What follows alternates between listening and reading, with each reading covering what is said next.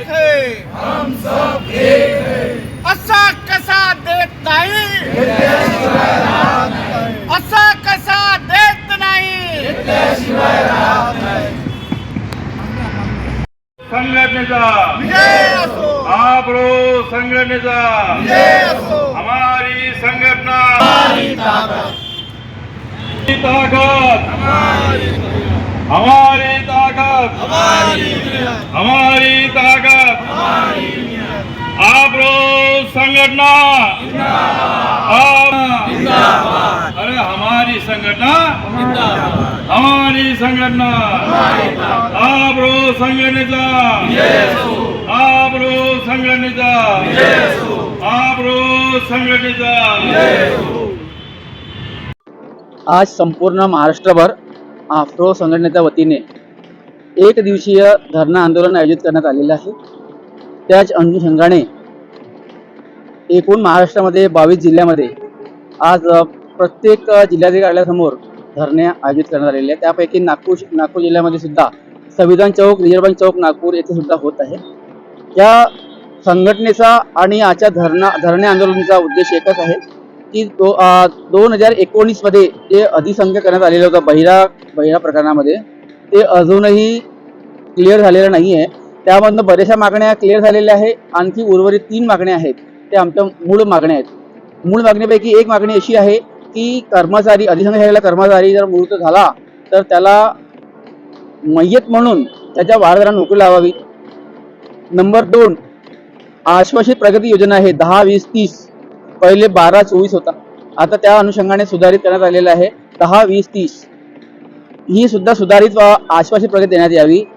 तिसरी मागणी, जे 2019 मध्ये त्यांना अधिसंख्य वर्ग करण्यात आलंच नव्हता, पण त्यांना आजही जे मयत झालेले आहे त्यांना पेन्शन मिळत नाहीये, ते मंजूर करण्याची ही महत्त्वाची तीन मागण्या आहेत.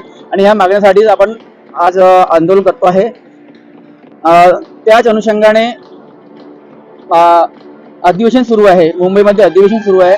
त्या अधिवेशन काळामध्ये आमच्या मागण्यापर्यंत आमच्या संपूर्ण महाराष्ट्रानं कलेक्टर ऑफिस, विभागीय आयुक्त आणि CM ऑफिस म्हणजे मुख्यमंत्री कार्यालयातनं ते तिथपर्यंत जाण्यात यावं, असं आमची महत्त्वाची मागणी आहे. साहेब, खडकीजी, मी एक प्रश्न असा आहे आपल्याला की महाराष्ट्र सरकारने आता जे बंजारा समाज आहे त्यांना एसटीचं आरक्षण देऊ असं कबूल केलेलं आहे, परंतु आपले समाज सुद्धा एसटी मध्ये समाविष्ट करण्यासाठी आंदोलन केले, त्यांना काय बरं वगळण्यात आलं?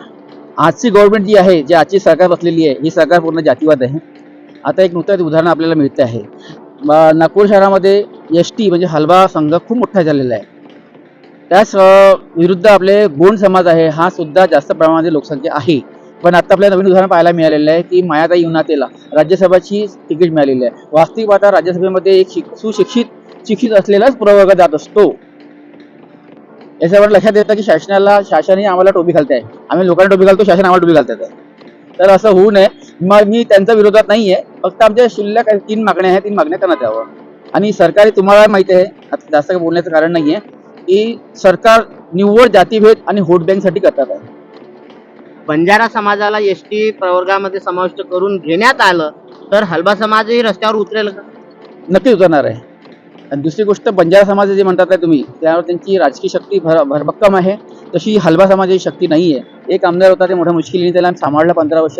त्यांना त्या परीने जेवढं करता आलं ते केलं त्यांनी, पण आता सध्या नाही आहे. फक्त एक आम्हाला एक आशयाची किरण आहे, ते फक्त दटके साहेब आहे, ते आपल्या परीने करतात आहे. एक आशयावर आम्ही जगतोय. आज आपल्या इथे एक दिवसीय धरणे आंदोलन होत आहे. 3 मागण्या प्रामुख्याने खडगे साहेबांनी सांगितलेल्या आहेत. काय वाटतं आपल्याला, कधीपर्यंत पूर्ण होईल किंवा आपल्याला वारंवार असंच बसावं लागणार आहे का? हे जे सरकार जे आहे हे चपळ सरकार आहे. तुम्ही जर का असं बसत राहिले तर काहीतरी तुम्हाला असं फेकून मारेल, मग तुम्ही वापस जाणार.